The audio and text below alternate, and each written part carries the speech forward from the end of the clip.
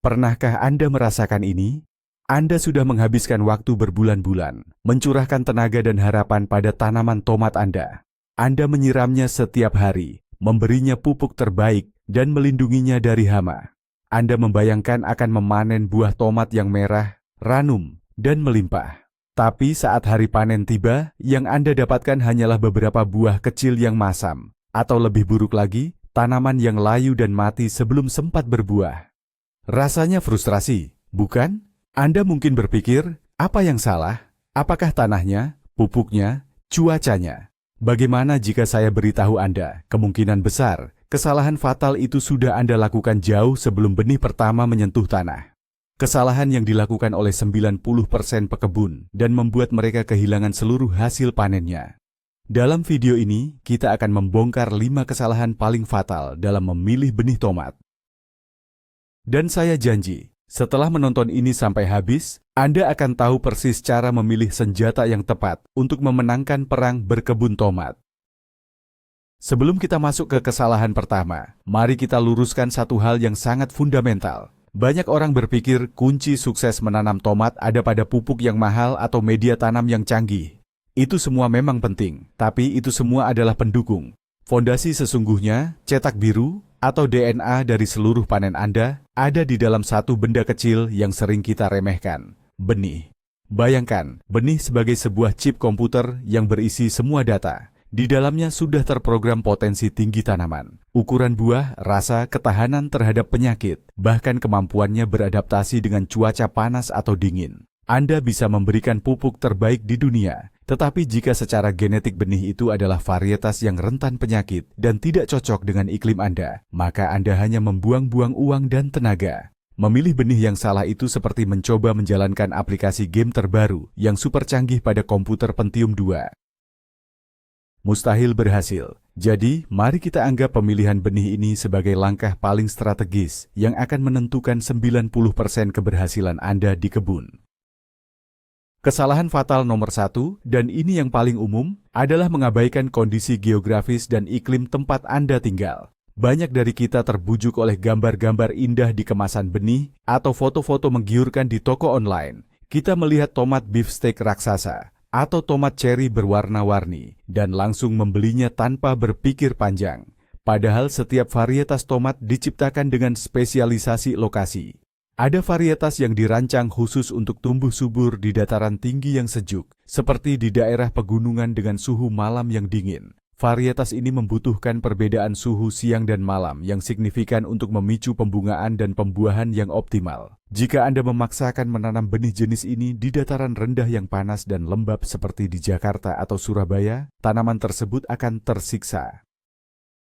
Ia mungkin akan tumbuh subur daunnya, namun akan sangat sulit berbunga. Dan kalaupun berbunga, bunganya akan sering rontok karena stres akibat panas. Anda akan berakhir dengan tanaman hijau rimbun yang tidak menghasilkan buah sama sekali. Dan Anda akan bingung di mana letak kesalahannya. Ini bukan soal perawatan, ini soal salah alamat genetik. Sekarang mari kita bicara lebih detail mengenai apa artinya cocok dengan iklim. Ini bukan hanya soal dataran tinggi atau rendah. Anda juga harus mempertimbangkan faktor-faktor mikro lainnya, misalnya panjang hari atau durasi penyinaran matahari. Beberapa varietas tomat sangat sensitif terhadap panjang hari untuk mulai berbuah. Lalu ada kelembapan udara. Di daerah dengan kelembapan tinggi, risiko serangan penyakit jamur seperti busuk daun atau embun tepung meningkat secara eksponensial. Oleh karena itu, jika Anda tinggal di daerah seperti itu, mencari benih dengan keterangan tahan penyakit jamur atau cocok untuk iklim tropis basah adalah sebuah keharusan, bukan pilihan. Informasi ini biasanya tertera pada deskripsi benih yang dijual oleh produsen terkemuka. Mereka sudah melakukan riset bertahun-tahun untuk mengembangkan varietas yang tangguh. Jadi, sebelum membeli, lakukan riset kecil. Ketik di pencarian online, varietas tomat terbaik untuk dataran rendah atau tomat tahan panas dan lembab. Jawaban yang Anda temukan akan menyelamatkan Anda dari kekecewaan berbulan-bulan. Jangan pernah meremehkan kekuatan alam dan genetika tanaman. Sebagai ilustrasi yang lebih jelas, mari kita lihat 2 skenario. Skenario pertama, Pak Budi di Lembang, Bandung, yang berada di dataran tinggi. ia membeli benih tomat varietas Moneymaker yang memang terkenal adaptif di suhu sejuk. Hasilnya, tanaman tumbuh subur, buahnya lebat, besar, dan panennya melimpah. Lalu ada Pak Agus di Bekasi, dataran rendah yang panas. Ia melihat kesuksesan Pak Budi dan membeli benih yang sama persis. Ia memberikan perawatan yang sama baiknya, bahkan mungkin lebih baik. Tapi apa yang terjadi? Tanaman tomat Pak Agus tumbuh kerdil, daunnya sering menguning dan bunganya rontok terus-menerus. Dari 100 bunga, mungkin hanya 5 yang jadi buah kecil. Pak Agus frustrasi dan menyalahkan pupuknya. Padahal benih Moneymaker itu sedang berjuang untuk bertahan hidup di lingkungan yang tidak sesuai dengan panggilan alamnya. Ini seperti meminta ikan paus untuk memanjat pohon. Sebaliknya, jika Pak Agus memilih varietas seperti Servo atau Timothy yang memang dirancang untuk dataran rendah, ceritanya akan sangat berbeda. Ia akan mendapatkan panen yang mungkin bisa menyaingi hasil kebun Pak Budi. Selain suhu dan ketinggian, ada lagi satu faktor penting terkait iklim, yaitu tipe pertumbuhan tanaman, determinate dan indeterminate. Ini terdengar teknis, tapi sebenarnya sangat sederhana dan krusial. Tomat determinate adalah tipe semak. Ia akan tumbuh sampai ketinggian tertentu, lalu berhenti, kemudian berbunga dan berbuah serempak dalam periode waktu yang singkat.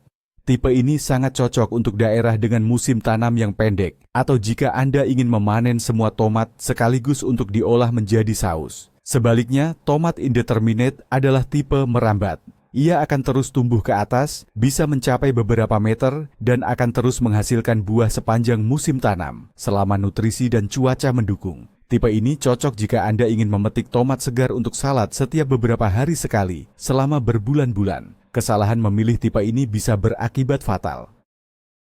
Bayangkan Anda hanya punya pot kecil di balkon apartemen yang panas, lalu Anda menanam tomat indeterminate. Dalam sekejap, tanaman Anda akan menjadi monster yang menjalar kemana-mana, sulit dikendalikan dan mungkin tidak efisien dalam berbuah karena energinya habis untuk pertumbuhan vegetatif. Kesalahan fatal kedua adalah terjebak dalam mitos bahwa benih heirloom atau benih pusaka selalu lebih superior dibandingkan benih hibrida. Benih heirloom memang punya daya tarik yang luar biasa. Mereka datang dengan cerita-cerita romantis dari generasi ke generasi, memiliki bentuk, warna, dan rasa yang unik dan seringkali lebih kompleks. Ada tomat heirloom berwarna hitam, bergaris seperti zebra, atau berbentuk seperti lonceng. Bagi para pehobi, menanam heirloom memberikan kepuasan tersendiri. Namun, di balik keindahan dan keunikan itu, ada sebuah kenyataan pahit yang sering diabaikan, terutama oleh pemula. Sebagian besar varietas heirloom tidak memiliki sistem kekebalan tubuh yang kuat. Mereka sangat rentan terhadap berbagai macam penyakit modern seperti virus Gemini, layu fusarium, atau layu bakteri. Mereka seperti bangsawan dari abad pertengahan yang dilepaskan di tengah kota modern yang penuh polusi dan virus. Tanpa perawatan ekstra hati-hati, sanitasi kebun yang ketat, dan perlindungan intensif, tanaman heirloom Anda bisa musnah dalam semalam diserang penyakit. Ini adalah pertaruhan yang sangat berisiko. Di sisi lain spektrum, kita punya benih hibrida yang sering diberi label F1. Banyak orang salah kaprah menganggap hibrida sama dengan GMO atau tanaman hasil rekayasa genetika. Ini sepenuhnya salah. Hibrida F1 adalah hasil persilangan alami antara dua induk galur murni yang memiliki sifat-sifat unggul. Bayangkan, Anda mengambil kekuatan ketahanan penyakit dari induk A dan rasa manis serta ukuran buah besar dari induk B, lalu menyilangkannya untuk mendapatkan anak F1 yang memiliki semua keunggulan tersebut. Proses ini dilakukan melalui penyerbukan manual yang terkontrol, sama seperti yang terjadi di alam, hanya saja lebih terarah. Hasilnya adalah tanaman yang seringkali lebih kuat, pertumbuhannya lebih seragam, hasil panennya jauh lebih tinggi, dan yang terpenting memiliki resistensi bawaan terhadap berbagai penyakit umum. Bagi pekebun pemula atau mereka yang ingin hasil yang lebih pasti dan minim risiko, memilih benih hibrida F1 adalah keputusan yang jauh lebih bijaksana. Ini seperti memilih mobil model terbaru yang sudah dilengkapi airbag dan sistem pengereman canggih, dibandingkan mobil antik yang indah tapi rawan mogok. Lalu, kapan sebaiknya kita memilih heirloom? Apakah benih ini tidak ada gunanya? Tentu saja ada. Jika Anda adalah seorang pekebun yang sudah berpengalaman, memiliki waktu dan dedikasi untuk memberikan perawatan ekstra, dan tujuan utama Anda adalah mencari rasa yang unik dan melestarikan varietas langka, maka menanam heirloom bisa menjadi pengalaman yang sangat memuaskan. Rasanya seringkali tidak tertandingi, namun Anda harus siap dengan segala konsekuensinya. Anda harus sangat proaktif dalam pencegahan penyakit. Anda harus memastikan sirkulasi udara di kebun sangat baik. Anda mungkin perlu menggunakan sungkup atau pelindung untuk mencegah serangga pembawa virus. Ini adalah proyek yang membutuhkan gairah dan pengetahuan. Jadi, saran terbaik adalah jangan jadikan heirloom sebagai satu-satunya tanaman tomat di kebun Anda, terutama jika Anda baru memulai. Cobalah tanam beberapa tanaman heirloom sebagai proyek spesial. Tetapi tanam juga beberapa varietas hibrida yang sudah teruji ketangguhannya sebagai penjaga gawang atau asuransi panen Anda. Dengan begitu, Anda bisa menikmati keunikan heirloom tanpa harus menanggung risiko gagal panen total. Mitos lain yang perlu diluruskan adalah soal menyimpan benih. Salah satu kelebihan benih heirloom adalah Anda bisa menyimpan benih dari buahnya untuk ditanam kembali di musim berikutnya, dan hasilnya akan sama persis dengan induknya. Ini tidak berlaku untuk benih hibrida F1. Jika Anda mengambil benih dari buah tomat hibrida dan menanamnya, generasi berikutnya, yang disebut F2, akan mengalami segregasi genetik. Artinya sifat-sifat unggul dari induknya akan terpecah. Anda bisa mendapatkan tanaman yang sangat berbeda-beda dalam satu kali tanam. Ada yang buahnya kecil, ada yang rasanya hambar, ada yang tanamannya kerdil, dan ada yang kembali rentan terhadap penyakit. Ini seperti fotokopi dari fotokopi, kualitasnya akan terus menurun. Jadi, jika Anda memutuskan untuk menggunakan benih hibrida F1 untuk mendapatkan semua keunggulannya, Anda harus berkomitmen untuk membeli benih baru setiap kali akan menanam. Jangan pernah mencoba menyimpan benih dari buahnya dengan harapan mendapatkan hasil yang sama. Ini adalah jebakan yang sudah membuat banyak pekebun pemula kecewa berat. Kesalahan fatal nomor 3. Membeli benih dari sumber yang tidak jelas atau tidak terpercaya. Di era belanja online ini, sangat mudah menemukan penjual benih di berbagai marketplace dengan harga yang sangat miring. Mereka seringkali menjual benih dalam kemasan plastik klip bening tanpa merek, tanpa keterangan, dan tanpa tanggal kedaluarsa. Harganya mungkin hanya sepertiga dari harga benih bermerek di toko pertanian. Ini sangat menggoda, tapi juga sangat berbahaya. Membeli benih seperti ini sama saja dengan berjudi dengan masa depan kebun Anda. Anda tidak pernah tahu apa yang sebenarnya Anda dapatkan. Pertama, tidak ada jaminan bahwa itu adalah varietas yang Anda inginkan. Anda memesan tomat beefsteak, yang datang bisa jadi tomat ranti. Kedua, dan ini yang paling krusial adalah soal daya kecambah. Benih yang disimpan terlalu lama atau dalam kondisi yang tidak tepat akan kehilangan kemampuannya untuk tumbuh. Anda bisa menyemai 100 benih dan yang tumbuh hanya 10 atau bahkan tidak ada sama sekali. Anda sudah membuang waktu, media semai, dan harapan. Masalahnya tidak berhenti pada daya kecambah yang rendah. Risiko terbesar dari membeli benih curah tanpa merek adalah potensi membawa penyakit ke kebun Anda. Benih bisa menjadi media penularan bagi banyak sekali patogen berbahaya, baik itu jamur, bakteri, maupun virus. Perusahaan benih yang bereputasi tinggi melakukan proses yang sangat ketat untuk memastikan benih mereka bersih dan bebas penyakit. Mereka memiliki lahan produksi yang terisolasi, melakukan sortasi yang cermat, dan seringkali memberikan perlakuan khusus pada benih, seed treatment, untuk melindunginya dari serangan patogen di awal pertumbuhan. Ketika Anda membeli benih dari sumber yang tidak jelas, Anda melewatkan semua lapisan keamanan ini. Anda bisa saja tanpa sadar memasukkan penyakit layu bakteri atau virus keriting ke dalam media tanam Anda. Sekali patogen ini masuk ke tanah Anda, akan sangat sulit untuk membasminya. Ia bisa bertahan di sana selama bertahun-tahun, menginfeksi tanaman Anda di musim-musim berikutnya. Penghematan beberapa ribu rupiah di awal bisa berujung pada kerugian jutaan rupiah di kemudian hari.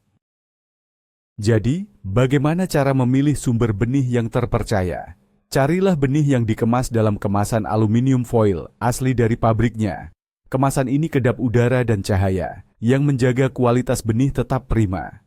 Perhatikan baik-baik informasi yang tertera di kemasan. Kemasan yang baik akan selalu mencantumkan nama varietas yang jelas, nama produsen, nomor batch produksi, tanggal kedaluarsa, serta persentase minimum daya kecambah.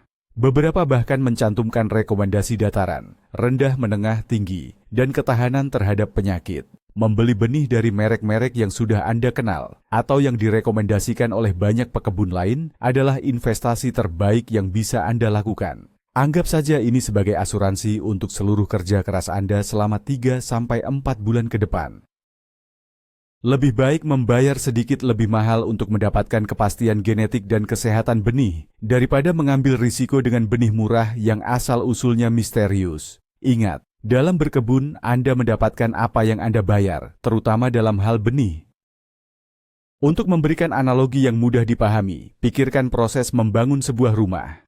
Benih adalah pondasinya. Anda bisa membeli semen, pasir, dan batu bata kualitas terbaik. Anda bisa menyewa arsitek dan tukang paling ahli. Tapi jika pondasi yang Anda bangun rapuh dan dibuat dari material abal-abal, sebagus apapun rumah yang Anda bangun di atasnya, ia akan selalu berisiko retak dan bahkan ambruk. Benih murah tanpa jaminan kualitas adalah pondasi yang rapuh itu. Sementara itu, pupuk, pestisida, dan media tanam adalah dinding, atap, dan cat rumah Anda. Mereka penting untuk keindahan dan kekuatan, tapi mereka tidak bisa memperbaiki pondasi yang sudah cacat sejak awal. Banyak pekebun menghabiskan banyak uang untuk pupuk organik mahal atau sistem irigasi canggih sambil menggunakan benih curah seharga Rp1.000. Ini adalah prioritas yang terbalik. Selalu utamakan kualitas pondasi Anda. Mulailah dengan benih terbaik yang bisa Anda dapatkan dari sumber terpercaya. Maka sisa perjalanan berkebun Anda akan menjadi jauh lebih mudah dan hasilnya lebih memuaskan. Sekarang kita sampai pada kesalahan fatal nomor 4. Anda sudah membeli benih dari merek terpercaya, tapi Anda tidak membaca detail informasi di kemasannya. Ini adalah kesalahan karena kelalaian yang akibatnya bisa sama parahnya. Kebanyakan orang hanya melihat gambar tomat yang besar dan merah di bagian depan, lalu langsung memasukkannya ke keranjang belanja. Mereka mengabaikan harta karun, berupa informasi yang ada di bagian belakang kemasan. Padahal, disitulah semua petunjuk menuju kesuksesan tertulis dengan jelas. Membaca kemasan benih itu seperti membaca peta sebelum memulai perjalanan. Tanpa peta, Anda pasti akan tersesat. Informasi pertama yang paling penting adalah rekomendasi dataran yang sudah kita bahas sebelumnya. Tapi masih banyak lagi informasi penting lainnya yang seringkali disajikan dalam bentuk kode atau istilah teknis yang membuat orang malas membacanya. Padahal memahami kode-kode ini adalah kunci untuk memilih varietas yang paling sesuai dengan tantangan di kebun Anda. Mari kita bedah beberapa informasi paling penting yang sering diabaikan. Yang pertama adalah umur panen atau hari setelah tanam, HHST. Informasi ini memberitahu Anda perkiraan waktu dari sejak pindah tanam hingga panen pertama. Ada varietas genjah, cepat panen, yang bisa dipanen dalam 60-70 hari, dan ada varietas yang membutuhkan lebih dari 90 hari. Informasi ini krusial untuk perencanaan. Jika Anda tinggal di daerah dengan musim hujan yang pendek, memilih varietas genjah adalah pilihan cerdas agar panen Anda tidak keburu dihantam musim kemarau. Informasi kedua adalah potensi hasil, yang biasanya ditulis dalam kilogram per tanaman atau ton per hektar. Ini memberikan gambaran realistis tentang seberapa produktif varietas tersebut jika dirawat secara optimal. Jangan berharap mendapatkan puluhan kilogram tomat dari varietas yang potensi hasilnya hanya 3-4 kilogram per tanaman. Mengetahui ini akan membantu Anda mengelola ekspektasi dan menghindari kekecewaan. Informasi paling krusial yang seringkali berbentuk kode-kode misterius adalah ketahanan penyakit. Anda mungkin akan melihat huruf-huruf seperti V, F, N, TMV, atau TI. Ini bukan hiasan, ini adalah daftar kekuatan super yang dimiliki oleh benih tersebut. V berarti tahan terhadap jamur Verticillium wilt. F berarti tahan terhadap Fusarium wilt. Seringkali ada angka di belakangnya seperti F1, F2 yang menunjukkan ras jamur yang bisa dilawannya. N berarti tahan terhadap serangan nematoda. TMV berarti tahan terhadap tobacco mosaic virus. Dan yang sangat penting untuk daerah tropis adalah TI atau Taijin, yang berarti tahan terhadap tomato yellow leaf curl virus, atau yang kita kenal sebagai virus Gemini atau virus keriting. Penyakit ini disebarkan oleh kutu kebul dan bisa menghancurkan seluruh kebun dalam sekejap. Memilih benih dengan kode T di daerah yang rawan serangan kutu kebul adalah sebuah keputusan yang bisa menentukan antara panen dan gagal total. Jadi, biasakan diri Anda untuk menjadi detektif saat berada di toko pertanian dan pecahkan kode-kode ini. Bayangkan kisah seorang pekebun bernama Rina. Rina ingin sekali menanam tomat beefsteak yang besar dan berdaging tebal untuk membuat burger. Ia pergi ke toko, melihat kemasan dengan gambar tomat merah besar yang menarik, dan langsung membelinya. Ia tidak membaca detail di belakangnya. Setelah 3 bulan merawat dengan penuh kasih sayang, tanamannya mulai berbuah. Tapi ia kaget, buah yang muncul kecil-kecil seukuran kelereng dan bergerombol. Ternyata yang ia beli adalah varietas tomat cherry. Gambarnya memang tomat merah, tapi deskripsi dan nama varietasnya jelas menunjukkan itu adalah tomat cherry. Kekecewaan Rina sangat besar. Niat membuat burger harus kandas, dan ia berakhir dengan panen tomat cherry yang melimpah. Padahal keluarganya tidak terlalu suka. Ini adalah contoh sempurna bagaimana kelalaian kecil dalam membaca kemasan bisa berujung pada hasil yang sama sekali tidak sesuai dengan harapan.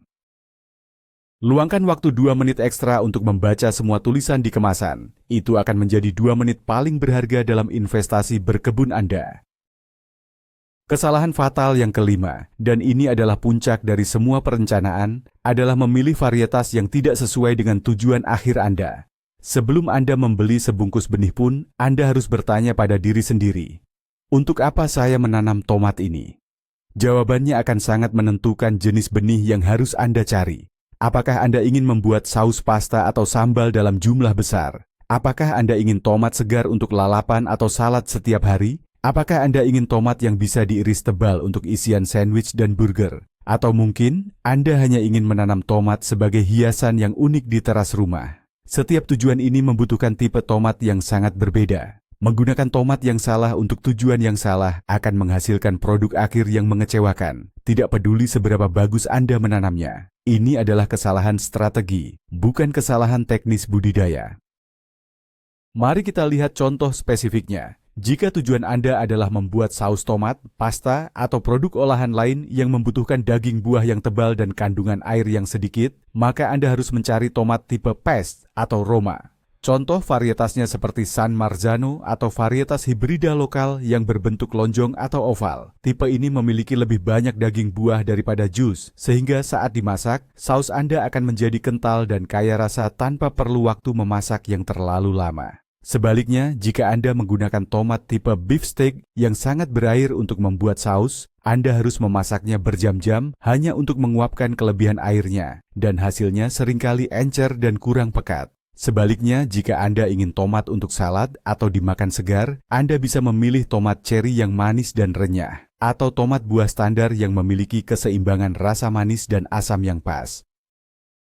Tomat tipe Pest, jika dimakan mentah, seringkali terasa kurang enak karena teksturnya yang agak kering dan berpasir. Hal yang sama berlaku untuk ukuran dan bentuk. Jika Anda adalah seorang penggemar burger atau sandwich, maka memilih tomat beefsteak adalah jawabannya. Varietas ini menghasilkan buah yang sangat besar, berdaging tebal, dengan sedikit biji, dan satu irisannya bisa menutupi seluruh permukaan roti. Mencoba menggunakan tomat cherry untuk isian burger tentu saja tidak praktis. Lalu bagaimana jika Anda hanya memiliki ruang terbatas, misalnya di balkon atau pot kecil, dan hanya ingin menikmati keindahan tanaman sambil sesekali memetik buahnya? Ada banyak varietas tomat kerdil atau patio yang dirancang khusus untuk tumbuh di dalam pot. Tanaman ini tidak akan tumbuh terlalu besar, namun tetap produktif menghasilkan buah-buah kecil yang lezat. Memaksakan menanam tomat indeterminate yang merambat di dalam pot kecil adalah resep untuk bencana. Tanaman akan kekurangan nutrisi, mudah terserang penyakit, dan hasilnya tidak akan optimal.